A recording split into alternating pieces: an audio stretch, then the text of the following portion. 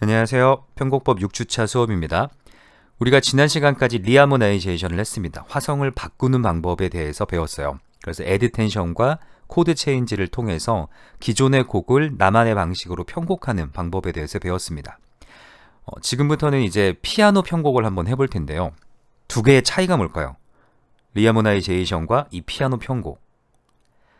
가장 큰 차이가 있다면 리하모나이제이션 단계는 우리가 지금까지 배운 리하모나이제이션 단계는 리드시트라고 말하는 코드 악보에 멜로디만 있는 곡을 가지고 코드 파트 부분에 내가 선택한 코드를 써주면 그걸 그냥 피아노가 연주하는 방법이었습니다. 예를 들어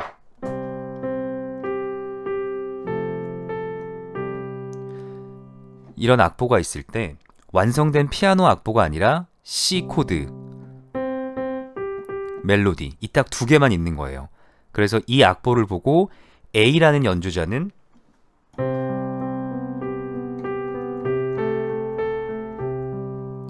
이렇게 연주할 수도 있고 B라는 연주자는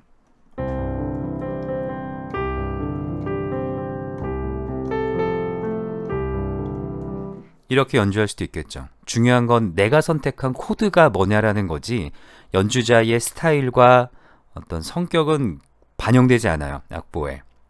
그런데 오늘 하는 피아노 편곡은 지금 여기에 보이시는 것처럼 완벽한 피아노 악보를 만드는 겁니다. 사실상 여러분들이 편곡 의뢰를 받았을 때 하시게 되는 작업은 이 작업이 가장 많을 거예요. 누가 리드시트 악보 주고 코드만 좀 바꿔줘 이런 경우는 아마 거의 없겠죠. 어떤 경우가 있냐면 이제 뭐 문학의 밤이라든가 교회 행사 때 혹은 라이브 연주 때 이거 연주해야 되는데 우리 다 코드 악보 볼 거야. 코드 좀 바꿔줘. 뭐 이런 편곡 의뢰는 있을 수 있겠지만 여러분들이 속해 계신 환경 내에서 가장 많이 경험하시게 되는 건 이렇게 완벽한 피아노 악보를 만드는 겁니다. 그리고 지금 이걸 학습하셔야지 다음번에 진행될 피아노 반주 파트보를 만드실 수 있고요. 그리고 악보 만드는 작업에 익숙해지셔야지 그 뒤로 편곡은 뭐 말할 것도 없겠죠. 그래서 오늘은 찬송가 원곡을 두고 그걸 피아노 솔로 버전으로 편곡하는 작업을 한번 보도록 하겠습니다. 일단 제가 골라온 첫 번째 곡은 예수 사랑하심을 이라는 곡입니다. Arrange Peregrinage라고 써있죠. 이게 저랑 제 와이프가 예명으로 사용하는 이름이에요. 그래서 저희가 편곡한 곡이 음원화 됐을 때 저작권 등록을 Peregrinage로 하고 있습니다. Peregrinage는 유랑하다는 뜻이에요. 저희가 이런 음악 활동을 하는 게 마치 하나의 목표를 두고 가지 않고 이것저것 우리가 경험할 수 있는 걸 모두 경험하면서 여행하듯 가자라고 해서 지어본 이름입니다. 자, 한번 시작해 볼게요. 일단 편곡을 하기 위해서 가장 중요한 첫 번째는 원곡을 충분히 연주하는 겁니다. 원곡 악보를 구하세요. 누군가가 예수 사랑하심을 편곡을 해줘. 교회에서 특송할 거야. 아니면 연주회장에서 앵콜할 거야 라고 의뢰를 받습니다. 그러면 다른 거 생각하지 마시고 먼저 원곡을 충분히 연주하세요. 원곡 악보, 사람들 귀에 가장 익숙한 악보를 먼저 구하시고 연주를 시작합니다.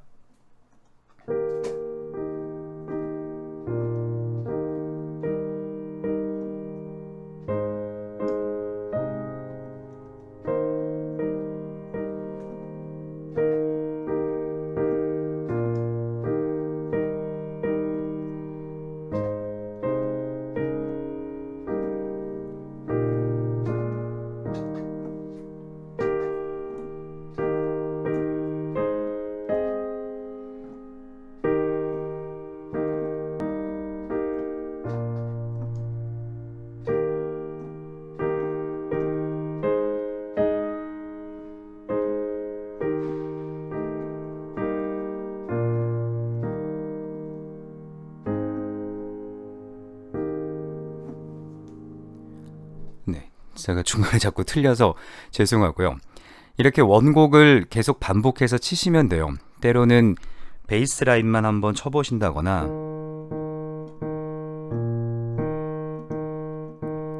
가장 많은 경우는 멜로디만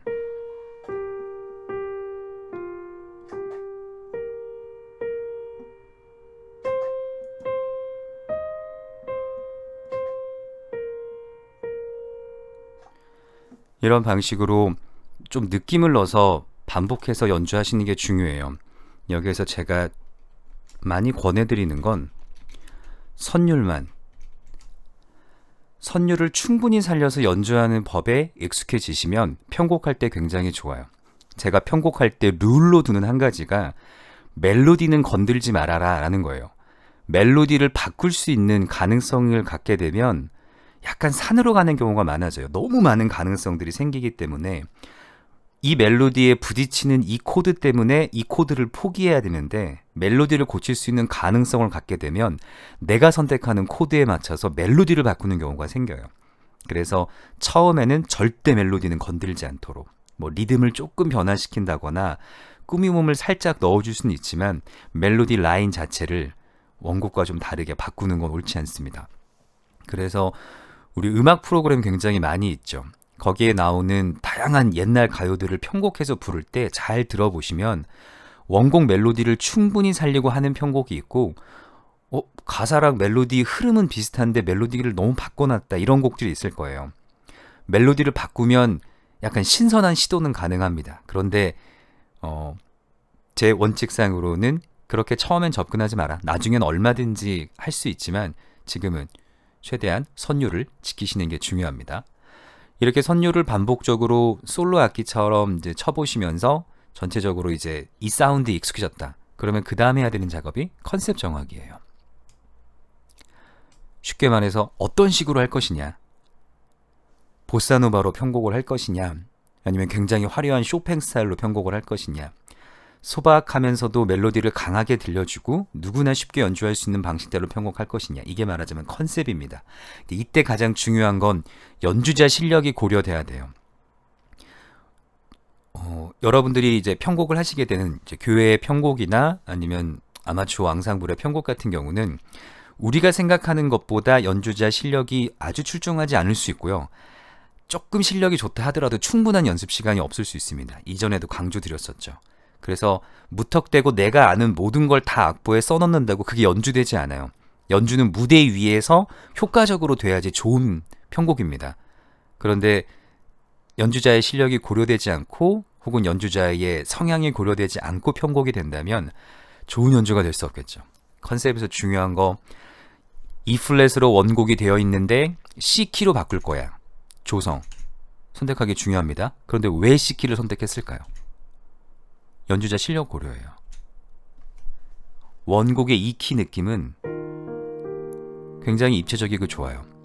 근데 얘를 C키로 바꾸게 되면 묵직해지죠. 조성은 그 조성 나름대로 갖고 있는 컬러가 있어요. 왜냐하면 조성을 바꾸면 멜로디의 음역대가 달라지기 때문에 그렇습니다. 그래서 조성을 선택할 때 뭐 가장 고려해야 되는 건 분위기와 컨셉이겠지만, 여기서 이제 한 70%를 차지하는 건 연주자가 어떤 조를 선호하는가, 잘 칠 수 있는가예요. 플랫이 많이 붙고 샵이 많이 붙을수록 음악이 풍부해진다. 그럼 무조건 G 플랫으로 연주하면 되겠죠. 그러면 화성도 풍부해지고 울림도, 사운드도 좋아져요. 근데 그렇지 않고 연주자 실력을 고려하셔야 됩니다. 스타일도 역시 마찬가지겠죠. 소박하게 갈 거냐 아니면 화려하게 갈 거냐, 연주자 실력이 고려돼야 됩니다. 이거는 제가 왜 이렇게 강조하냐면 사실 이 부분을 빼고 생각하면 더 쉬워요. 컨셉을 정할 때 내가 원하는 조성과, 왜냐면 뒤로 전조도 할 거니까 여기에서 시작해서 저기로 가야지, 조성 선택, 스타일도 이번에 내가 배운 살사 리듬을 써봐야지, 굉장히 좋지만 실제로 연주가 되지 않으면 굉장히 슬픕니다. 자, 그래서 제가 정한 컨셉은 소박하게 가자. 소박하게 가되 연주가 최대한 쉽고 그 변화들의 흐름이 느껴질 수 있도록 한번 이제 편곡을 해봤던 거예요. 이 위쪽까지만 한번 컨셉을 들려드리도록 하겠습니다. 얘는 그냥 여기 두고 할게요.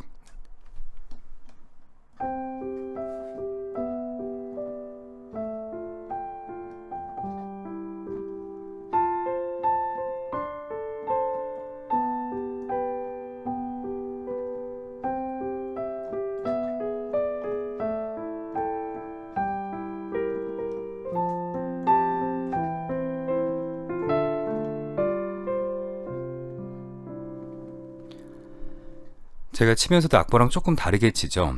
그러니까 제 손가락에 남아있는 습관이 아직 있는 거예요.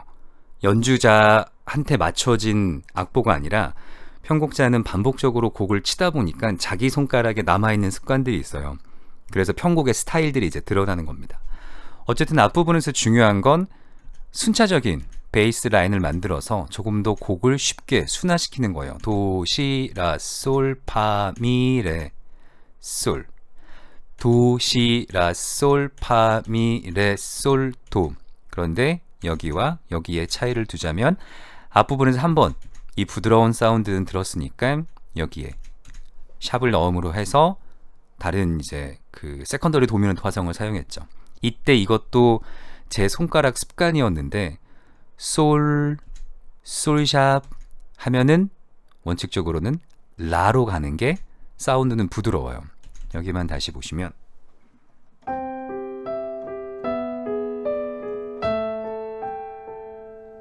그래서 솔, 솔샵, 라가 만들어지는 게 음악을 들었을 때는 좋아요. 근데 제 손가락 습관이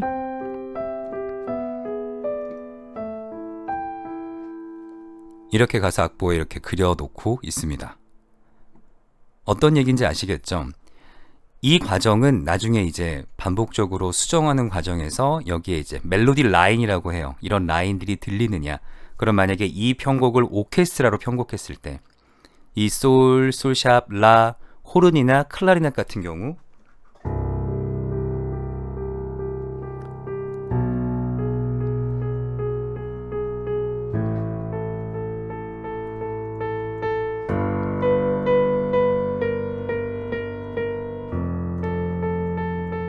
이런 식으로 대선율을 만들어낼 수 있겠죠. 그래서 이런 작업들이 좀 더 섬세하게 터칭이 되면 좋습니다. 피아노 사운드 편곡을 할 때 사실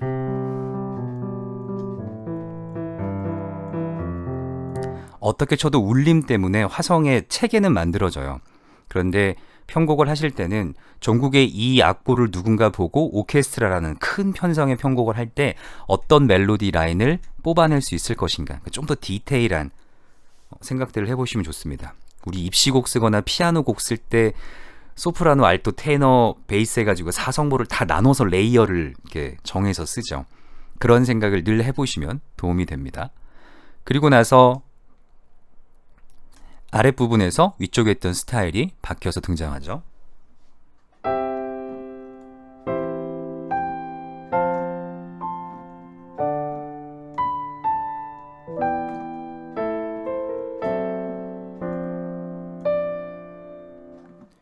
네, 제가 마음이 급해서 좀 빨리 쳤는데 앞부분에 있었던 부드러운 진행에서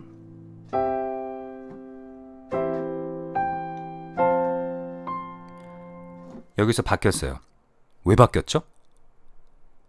여기 앞부분 사운드 그대로 가져가도 돼요.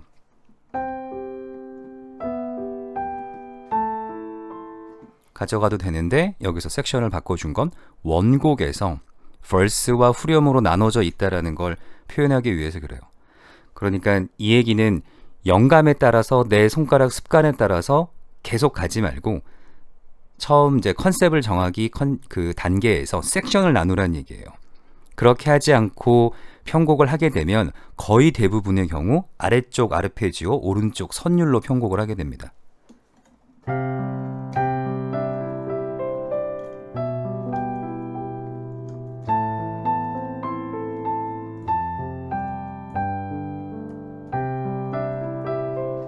그래서 곡이 처음까지 계속 이렇게 흘러가요. 클라이막스로 가도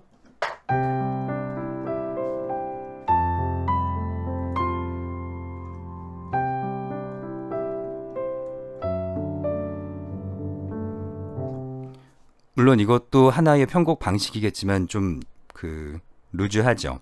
뭔가 아이디어가 딱 들어갔다기보다는. 그래서 편곡을 할 때는 원곡을 이미 사람들이 오랜 시간 동안 들어왔다라고 생각을 하시고 뭔가 반전들을 주셔야지 음악이 재밌어져요.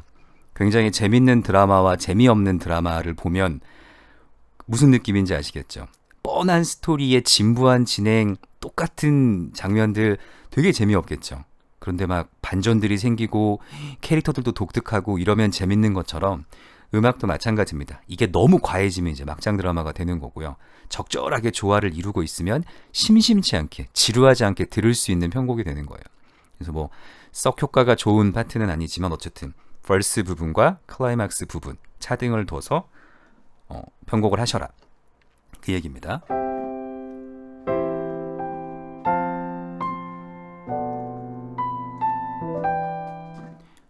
여기에도 세컨더리 도미넌트 사운드를 줬죠. 여기랑 똑같습니다. 이런 부분들은 이제 뒤로 갈수록 지금은 시, 파샵, 라, 레샵, 세븐으로 딱 4개 음만 사용되고 있지만 점점 뒤로 가면서 음악이 이렇게 확장될수록 텐션들이 좀 더 등장하겠죠. 예를 들면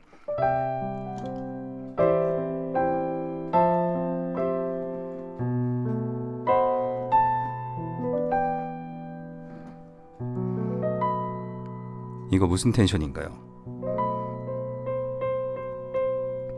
플랫 9이죠. 이런 사운드들이 귀에 들리셔야 돼요. 그래서 처음에는 순수한 세컨더리 도미넌트 7만 썼지만 한 번 더 이 코드가 반복된다면 플랫 9을 써서 조금 더 그 리치한 사운드, 풍부한 사운드를 만들어야겠구나. 이것도 역시 플랫입니다. 이 과정이 지금 리하모나이제이션과 악보 편곡 과정이에요. 손으로 더듬더듬 치시면서 이 사운드 괜찮네. 바로 악보로 옮기셔야 됩니다. 여기에서 굳이 둘로 나누자면 실용음악과 클래식의 차이가 나눠져요. 실용음악 같은 경우는 여기에 플랫 9이라고 쓰면 됩니다. 코드 표기에 되어 있으면 그쪽은 그 시스템대로 연주하는 게 익숙해요. 하지만 클래식 전공들은 좀 더 정확한 악보를 정확한 곳에 쓰는 방법을 익혀야 됩니다. 한 옥타브 아래 내려와서 베이스 C와 도가 부딪힐 때의 텐션의 느낌이 달라요. 상성부에 옥타브가 벌어져서 등장하는 텐션의 느낌이 다릅니다.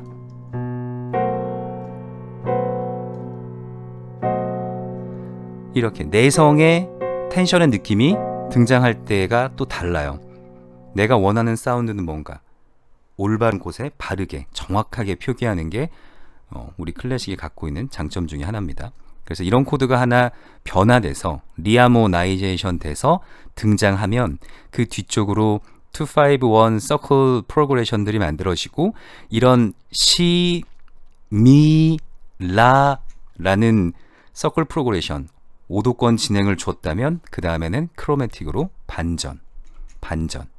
그래서 얘와 얘 멜로디가 똑같지만 얘는 베이스가 도에, 얘는 베이스가 미에.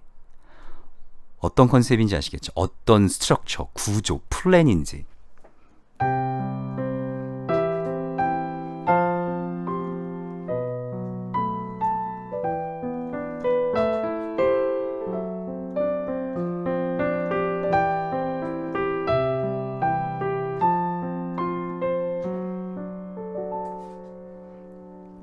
여기에서 만약에 우리 보통 여기서 페르마타 하죠. 페르마타를 한다면 무슨 코드를 쓰는 게 어울렸을까요?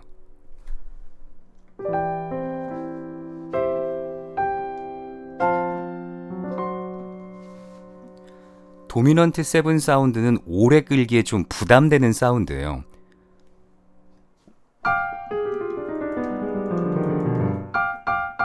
이 사운드가 도미넌트 7 사운드입니다. 굉장히 딱딱하죠. 그래서 이렇게 페르마타가 만약 등장하는 부분이다 라고 하면 레에다가 샵을 붙이면 무슨 코드가 되죠? 하프 디미니시 7 코드가 됩니다.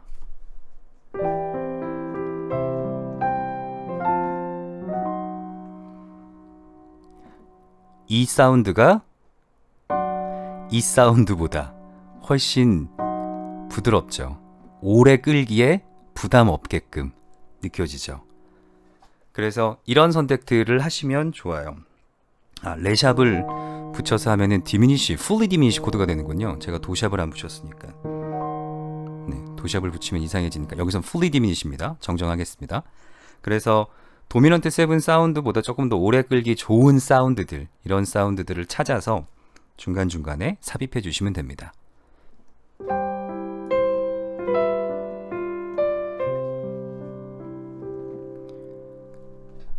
그리고 여기까지 편곡하고 끝날 수 없겠죠. 반복.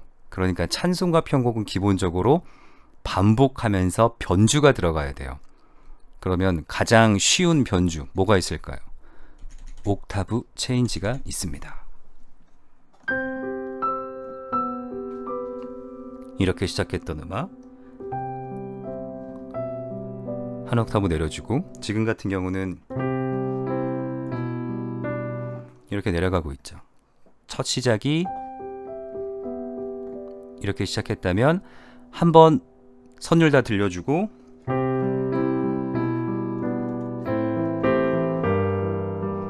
그러면 아래쪽으로 음역대가 내려가서 좀 더 두터운 사운드가 나기 때문에 좀 더 정박을 강조할 수 있는 명확한 선율 라인들을 주는 게 중요합니다.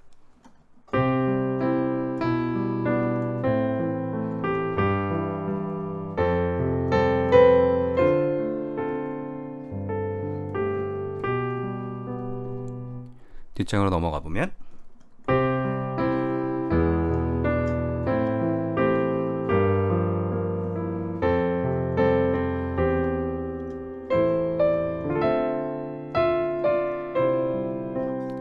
역시 또 한 번 이제 클라이막스로 반복을 해야 돼요. 그러면 지금 이 멜로디를 몇 번 들었을까요? 따라다라라라, 여기서 따라라라라라 한 번 들었죠. 여기서 또 한 번 따라라라라라 듣게 됩니다. 그 두 번째에 들을 때는 앞부분과 달라야지 지루하지 않겠죠. 항상 컨셉은 그거예요. 앞부분과 동일한 걸 카피 앤 페이스트로 편곡을 하게 되면 시간은 좀 줄어들겠지만, 내 고생은 좀 덜 하겠지만, 음악이 그 음악적 긴장감을 계속 갖고 가지 않아요. 그래서 계속 반복해서 뭔가를 변화시켜 주는 게 좋습니다. 그런 면에서 코드만 표기해 놓으면 이 변화를 설명할 수 있는 방법이 없겠죠. 연주자의 필에 의존해야 되는데, 그 차이가 바로 이 클래식과의 차이에서 나오는 겁니다. 정확하게 악보로 기보되어 있으면 내가 원하는 컨셉, 음악이 변하는 것들을 조금 더 디테일하게 줄 수 있다는 거예요. 여기서 한 가지 말씀을 드리면, 제가 보통 이런 편곡이 있을 때 페러그리너시라고 이름이 붙어 있으면 와이프가 초안을 만들고 제가 이제 최종 버전을 수정해서 악보를 넘겨요. 근데 그 중에 이제 디테일하게 체크하지 못했던 부분들은 뭐냐면, 제가 선호하는 사운드는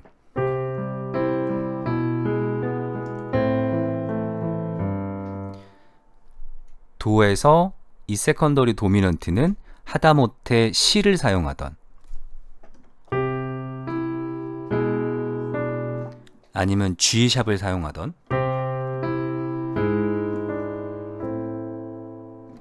자리 바꿈 되는 게 좋아요. 세컨더리 도미넌트는 특히 그렇습니다.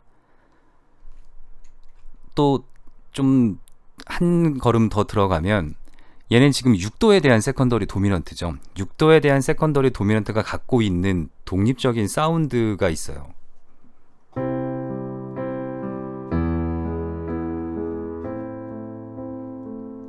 올드한 느낌이 들죠.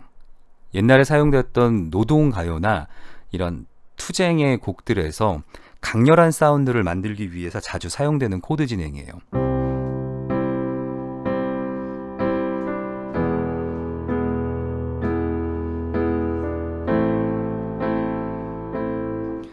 이런 곡들은 뭔가 힘이 있어야 되기 때문에 우리가 알고 있는 메이저 세븐 사운드나 멜로한 사운드들이 등장하지 않아요.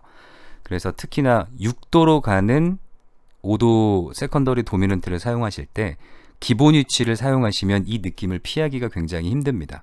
그런데 똑같은 코드 진행인데 여기에 만약에 G 샵을 사용해서 디미니시 7 계열 사운드를 만들어주면,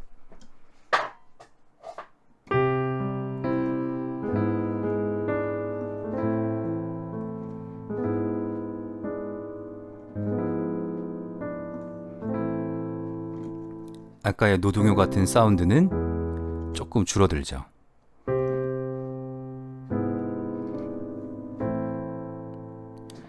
이런 것들이 이제 편곡자의 생각이에요. 내가 어떤 음악들을 많이 들어왔는가에 따라서 선택하는 방법에 이제 차이가 있습니다. 그래서 제가 추천드리고 싶은 건, 세컨더리 도미넌트를 썼을 때 기본 위치를 써서 효과적인 부분이 있어요.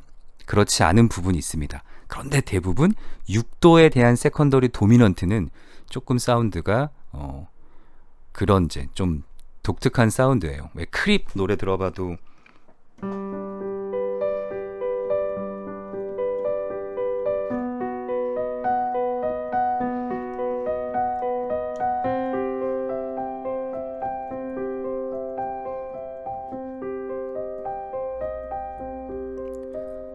When you were before 이렇게 시작되는 노래 있죠. 제가 아르페지오를 좀 이상하게 잡았는데 이때 등장하는 이 강렬한 진행도 역시 6도로 가는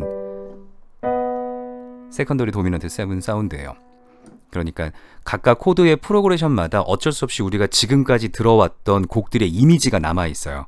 그래서 그런 것들을 조심스럽게 잘 블렌딩 하시면 훨씬 더 좋은 편곡을 하실 수 있습니다. 클라이막스 부분 한번 보면 아르페지오를 사용하고 있죠.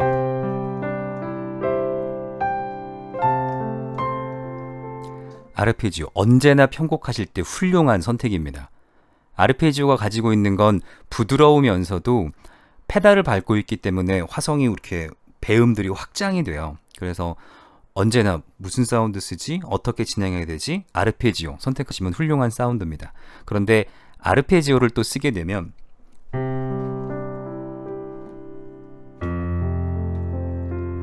이렇게 기본 위치를 사용하게 되면 또 굉장히 올드한 느낌이 나요. 그러니까 올드한 느낌, 예를 들어 금요철야 예배에서 권사님들과 장로님들이 많이 계신 곳에서 특송을 해야 된다. 그러면 오히려 이런 사운드가 좋겠죠.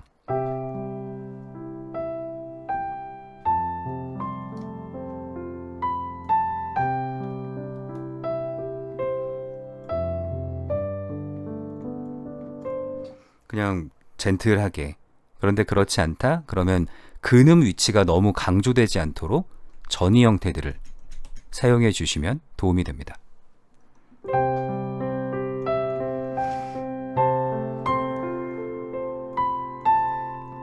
그런 다음에 앞부분과 대조되게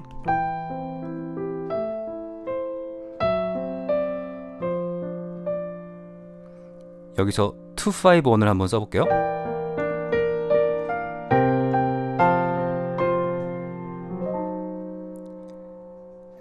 251 귀로 들리시죠? B 플랫 사운드가 등장하면서 여기는 2, 5, 1이 나옵니다. 그래서 251만 적절히 사용하셔도 하나의 코드를 부각시킬 수 있어요. 여기서 부각하는 코드는 예입니다. 이 진행들은 예로 귀속되기 위한 진행들이에요.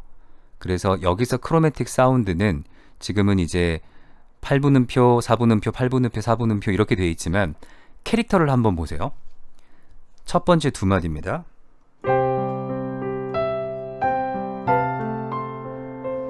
얘는 사운드를 확장시키는 역할이에요.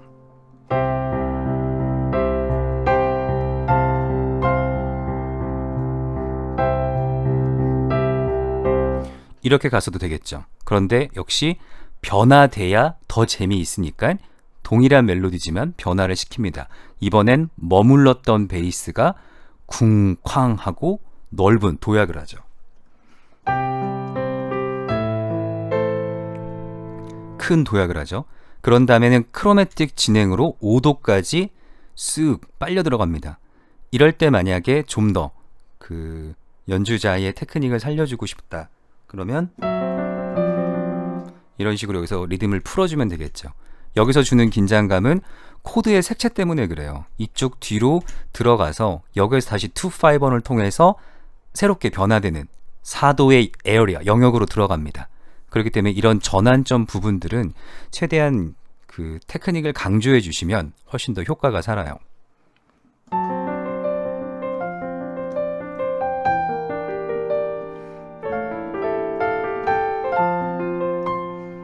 대충 이런 뉘앙스들을 만들어 볼 수 있겠죠. 다시 여기서부터 차근히 들어가면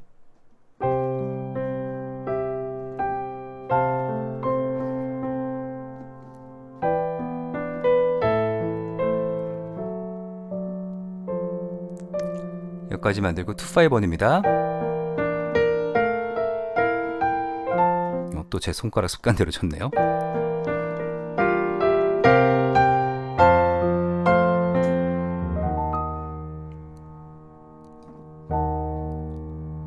얘도 역시 왜 갑자기 디미니시 세븐 사운드가 등장하느냐, 물론 경과적인 역할을 만들기도 위해서 그렇지만 하심 하고 보통 우리가 약간 끌죠. 그 느낌입니다. 그 다음에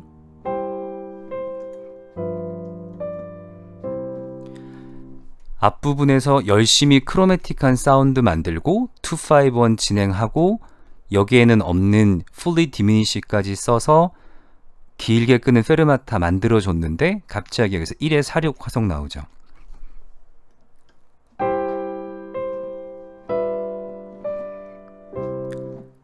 굉장히 정직해졌죠. 왜 그럴까요? 너무 멀리 가지 않으려고. 이렇게 크로매틱한 사운드, 251, 디미니시 점점 뒤로 갈수록 코드가 복잡해질 거예요. 그러다 보면 욕심이 납니다. 항상 더 많은 걸 해봐야지. 중간중간에 이렇게 한 번씩 정리해 주시면서 아직 내가 원곡 에어리아 안에 있습니다 라는 것들 보여주시면 돼요. 마무리 파트를 한번 가볼게요.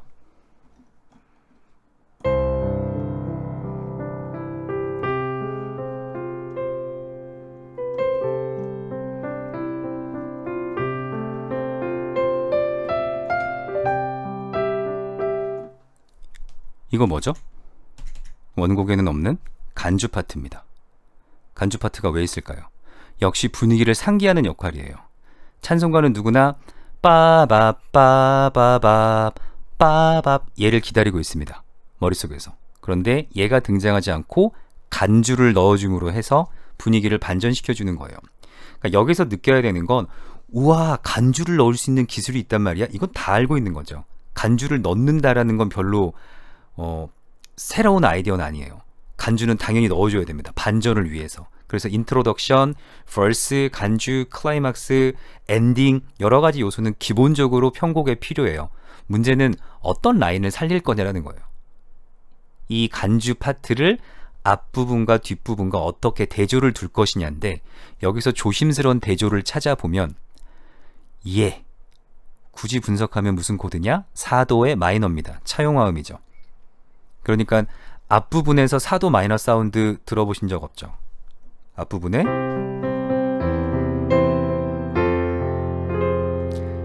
이런 사운드 안 나왔었죠? 아껴두는 거예요. 내가 차용화음에 대해서 안다고 무조건 처음부터 다 쓰게 되면 날 사랑, 물론 아주 훌륭한 사운드지만 이렇게 하고 간주 부분에 와서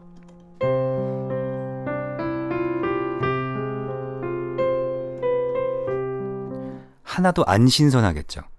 그래서 여기에서 뭔가 선택을 하실 때 두 가지입니다.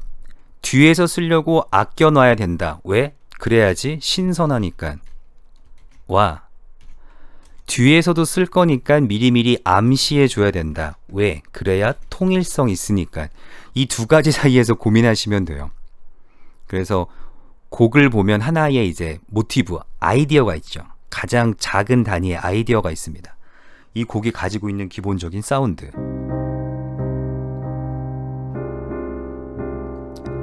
처음에 곡이 이렇게 시작한다면 이 곡은 페달톤 위에 화성이 진행되면서 이사화음 사운드를 만들어내요. 그러면 화성들의 근접 진행,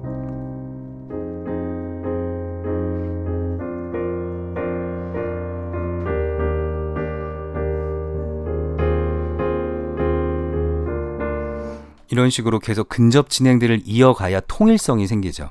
그런데 통일성이 있을수록 어떻게 되죠? 뻔하죠. 귀에 익숙한 사운드니까. 그러니까 이 두 개 사이에서 고민하시면 됩니다. 간주 넣어라. 연주자 한 번 정도 이제 쉬어가는 타이밍이 필요해요. 나중에 악기를 위한 편곡을 하면 열심히 여기까지 플룻이 불어왔다. 한 8마디 정도 피아노 간주 파트를 둬야 됩니다. 안 그러면 플루티스트 되게 힘들어요. 여기에서 악기도 다시 한번 이제 조율하고 입도 한번 풀어주고 뒤에 클라이막스 준비하는 간주가 필요합니다. 이런 것도 역시 연주자 실력과 입장을 고려해야겠죠. 간주가 지나고 마지막 정리 부분 한번 보죠.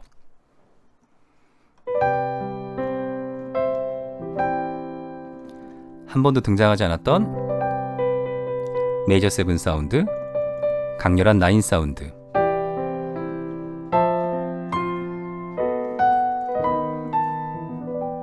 앞부분에서 들었던 사운드인데 약간 피아니스틱하게.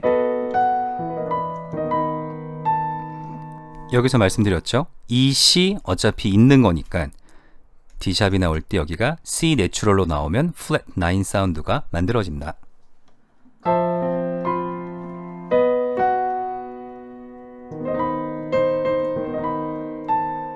네, 근데 별로 안 어울려요.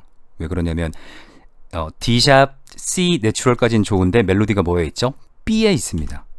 B에 있으면 이 두 개가 상성부에서 이렇게 부딪혀서 썩 어울리는 진행이 안 만들어져요. 단구도 사운드, 장치도 사운드. 그러면 내가 이 뉘앙스 써보고 싶다고, 이 플랫 9 사운드 쓰고 싶다고 멜로디 고치면 되나요? 안 되나요? 안 되는 거예요. 여기서 C 안 쓰고 바로 멜로디가 라로 진행하면 긴장감 만들 수 있습니다. 그렇다고 이 멜로디 절대 고치면 안 되는 거예요. 여기서 내가 쓰고 싶은 텐션 포기하는 겁니다.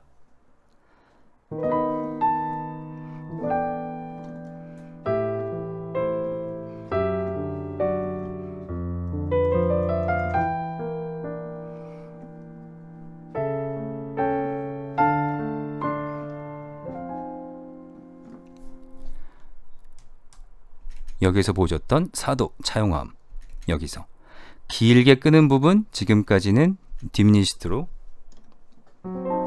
만들어줬었는데 여기에서 한번 플랫 붙여줬죠. 멜로디 바꿨어요. 제가 절대 하지 말라는 멜로디를 바꿨어요. 근데 얘는 뭐죠?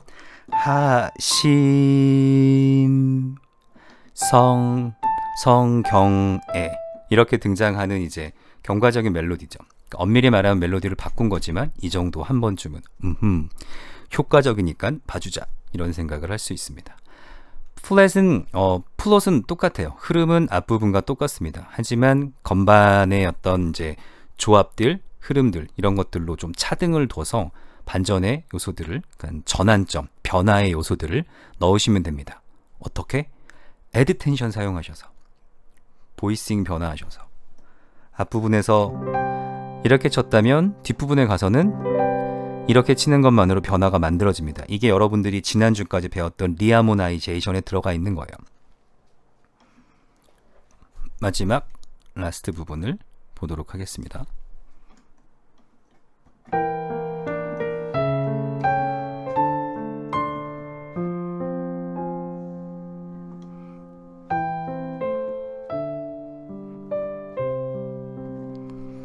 여기도 보여드리고 싶은 부분이 앞부분에서 크로매틱한 부분들 나올 때 이런 식으로 화성의 긴장감, 리듬 체인지가 굉장히 빨라지는 느낌이 들어요. 그런데 여기서는 어떻게 하고 있죠?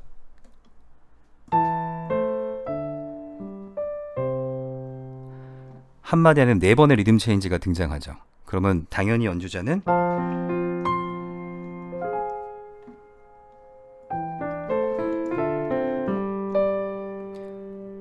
이렇게 빠르게 진행한 다음에 이렇게 되면 생뚱맞겠죠.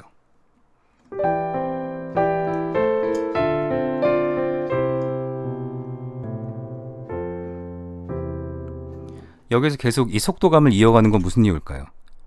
직접적으로 위종지를 주게 되면 너무 식상하니까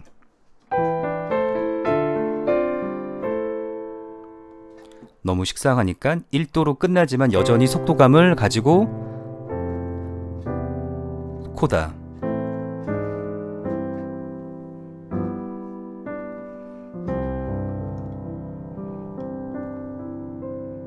파트를 만드는 거예요. 편곡을 할 때 이 모든 것들을 말로써 붙여가면서 해야 되느냐, 여기에서 리듬 체인지가 한마디에 4번 정도로 가장 빨라지고 이 속도감을 유지하기 위해서 베이스 라인을 순차적으로 진행한 다음에 코다 형식으로 여기서 시작되고, 코다 형식은 한 번도 등장하지 않았던 뭔가 새로운 반주 형태를 만들고, 이런 것들을 다 생각해야 되느냐. 물론 제 추천은 그렇습니다. 그렇게 얘기해야 이 편곡의 컨셉이 뭐죠? 어떤 걸 주의해야 되죠? 라고 얘기할 때 말을 설명을 해줄 수가 있어요. 그런데 여러분들이 그렇게 편곡하지 않아도 이미 여러분들이 들어왔던 음악들은 그런 방식으로 만들어져 있어요. 그런 방식으로 분석이 가능하게끔 이렇게 체계적으로 잡혀 있습니다. 그래서 예수 사랑하심을 연주해봐 라고 할 때 누구나 셋, 넷 이렇게 연주 안 할 거예요. 예수 사랑하심을 뭐 연주하겠습니다.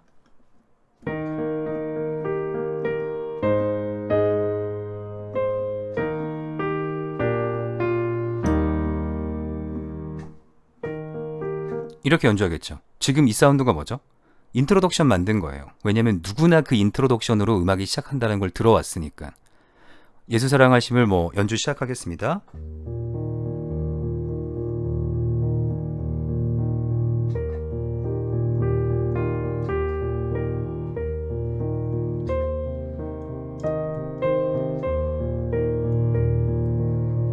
이렇게 편곡을 했다. 이 앞부분에 등장하는 얘 뭐죠? 인트로덕션이에요. 서주부. 그러면 나는 이 곡에서 서주부를 만들어야지 라고 컨셉을 잡지 않아도 이미 여러분들이 들어오신 수많은 사운드 중에 그거 이름이 서주예요.